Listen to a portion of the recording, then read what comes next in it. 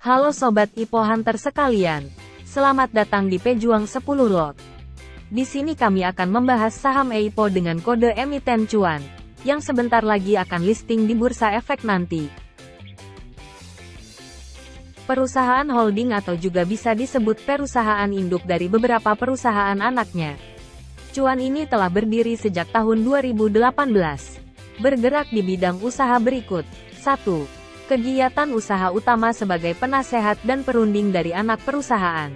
2. Kegiatan usaha penunjang diantaranya sebagai perencanaan strategi organisasi, keputusan keuangan, tujuan dan kebijakan pemasaran, perencanaan, praktik dan kebijakan SDM serta perencanaan penjadwalan dan pengontrolan produksi.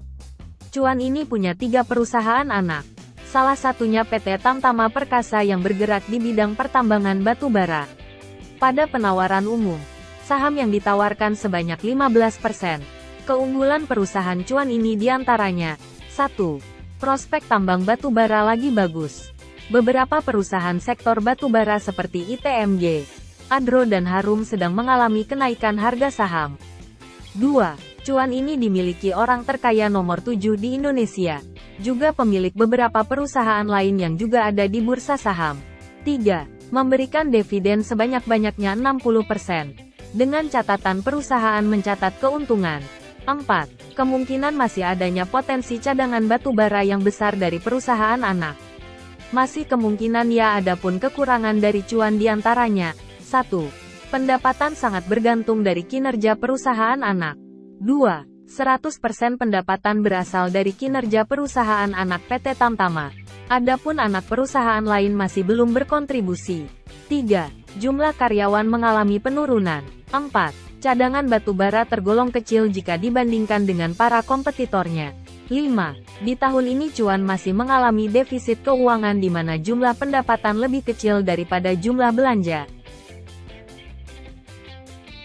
Alokasi dana IPO. Alokasi dana IPO sekitar 60% untuk tambahan modal kerja perusahaan anak PT Tamtama.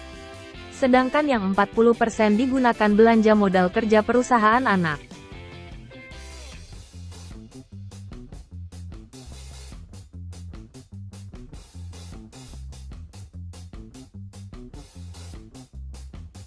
Valuasi perusahaan. Pertama, ekuitas. Jumlah ekuitas terakhir terhitung sekitar 1 triliun. Selalu mengalami peningkatan, kecuali tahun 2020. Selanjutnya pendapatan. Jumlah pendapatan terakhir 913 miliar pernah mengalami penurunan di tahun 2020. Adapun laba bersih yang didapat di tahun ini sebesar 291 miliar beberapa kali mengalami kerugian. Namun di tahun 2022 pendapatan meningkat. Penurunan pendapatan dan laba bersih dimungkinkan salah satunya karena pandemi. Hal ini dikarenakan klien cuan rata-rata perusahaan asing. Adanya pandemi menyebabkan cuan sulit ekspor.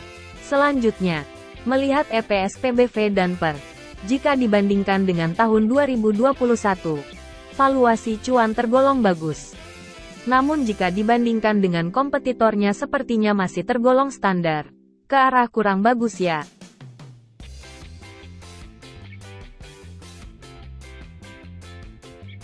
Kemudian underwriter. Cuan dikawal oleh 2 underwriter, yaitu PT Henan Putih Rai Sekuritas dengan kode broker HP dan PT BRI Dana Reksa Sekuritas dengan kode broker OD. PT Henan Putih Rai Sekuritas belum ada track record dalam mengawal saham ya. Sedangkan PT BRI Dana Reksa Sekuritas memiliki track record yang bagus dalam mengawal saham IPO tahun 2022. Seperti terlihat pada gambar tersebut. CBUT mengalami kenaikan sampai hari ketiga. Sedangkan BELI juga mengalami kenaikan sampai hari ketiga. Terakhir, kesimpulan kami. 1. Beberapa saham batu bara bulan ini mengalami kenaikan. Profil pemilik saham cukup menarik.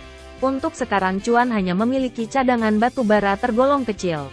Namun ada kemungkinan berkembang. Atau malah nyungsep hehehe. Cuan juga masih mengalami defisit pendapatan. 2. Alokasi dana IPO tergolong standar. 3. Valuasi untuk IPO relatif standar. Masih kalah dari para kompetitornya.